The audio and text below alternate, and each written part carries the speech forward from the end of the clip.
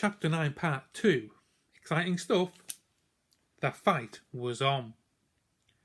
Warily they circled each other. For all of his size, Horde moved with the grace of a lynx, flexing his knees and repositioning his fingers on knife and spear. His face was taut, but a small smile played about his lips. He loved being the centre of attention. Torak didn't. His heart was hammering against his ribs. Dimly he could hear the watchers shouting encouragement to Horde, but their voices were muffled, as if he were under water. Horde's spear lunged for his chest, and he dodged just in time. He felt the sweat start out on his forehead. Torak tried the same move, hoping it didn't look like copying. "Copying won't get you very far," called Wren. Torak's face burned. He and Horde were moving faster now. In places, the ground was slimy with boar's blood. Torak slipped and nearly went down. He knew he couldn't hope to win by force. He'd have to use his wits. The trouble was, he only knew 2 fighting tricks, and he hadn't practiced them more than a few times. "Here goes," he thought recklessly. He jabbed his spear at Horde's throat. As expected, Horde's hide arm rose to block it. Torak tried a quick undercut to the belly, but Horde parried it with alarming ease, and Torak's spear slid harmlessly off his arm guard. He knew that one, thought Torak.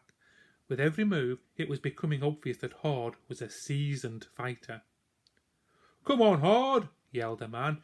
"Give him a red skin." "Give me time," Horde called back with a curl of his lip. A ripple of laughter. Torak tried his second trick. Feigning total incompetence, which wasn't hard, he hit out wildly, tempting Horde with a glimpse of his unprotected chest.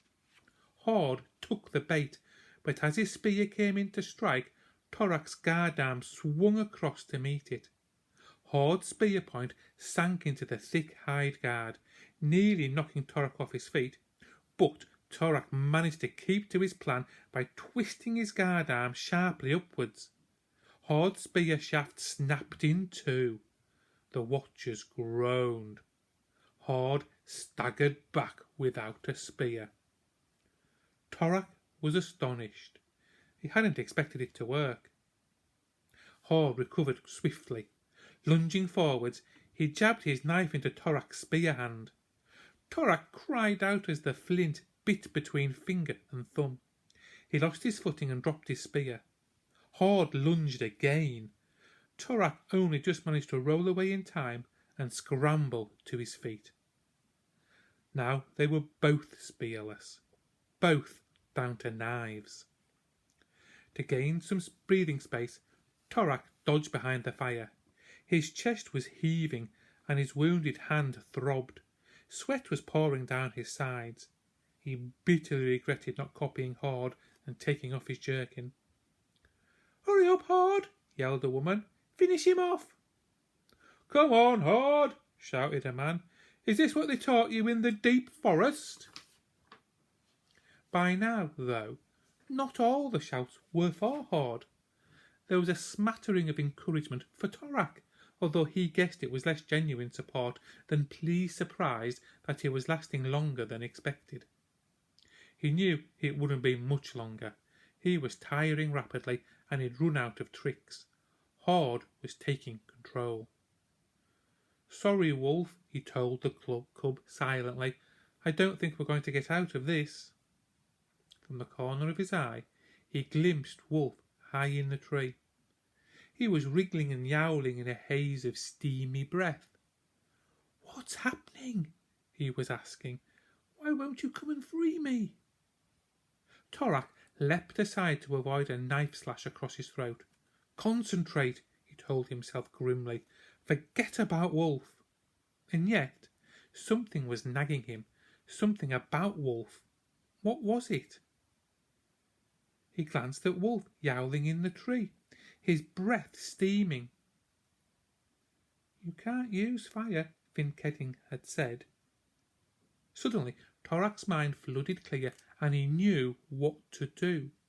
Jabbing and feinting, he edged sideways, putting the fire between them once more. "Hiding again," taunted Horde. Torak jerked his head at the birch bark water pail. "I want a drink." "All right." "If you must, boy." Keeping his eyes on Horde, Torak squatted and cupped water to drink.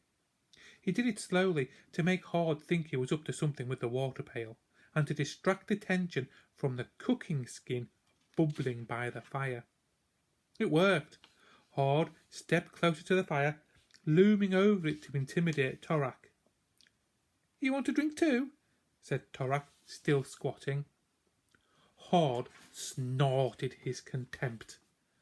Suddenly, Torak lashed out, but at the cooking skin. Jabbing his knife into the tough hide, he upended it and sent boiling broth pouring into the white-hot embers. Hissing clouds of steam billowed into Horde's face. The watchers gasped. Torak seized his chance and jabbed at his opponent's wrist. Blinded, Horde howled in pain and dropped his knife. Torak kicked it away, then threw himself on Horde, knocking him to the ground. As Horde lay winded, Torak straddled his chest and knelt on his arms to pin them down. For one roaring heartbeat, his sight misted red, and he knew the urge to kill. He grabbed a handful of dark red hair and bashed Horde's head once against the earth. Then he felt strong hands on his shoulders, pulling him off. "It's over," said Finkedin behind him. Torak struggled in his grip. Horde sprang up and scrambled for his knife. Panting and glaring, they faced each other. "I said it's over," snapped Finkedin. Chaos erupted amongst the watchers. They didn't think it was over at all. "He cheated. He used fire." "No, he won fairly enough." "Who's to say? They'll have to fight it out again." Both Torak and Horde looked appalled at that. "The boy won," said Finkedin, releasing his grip on Torak.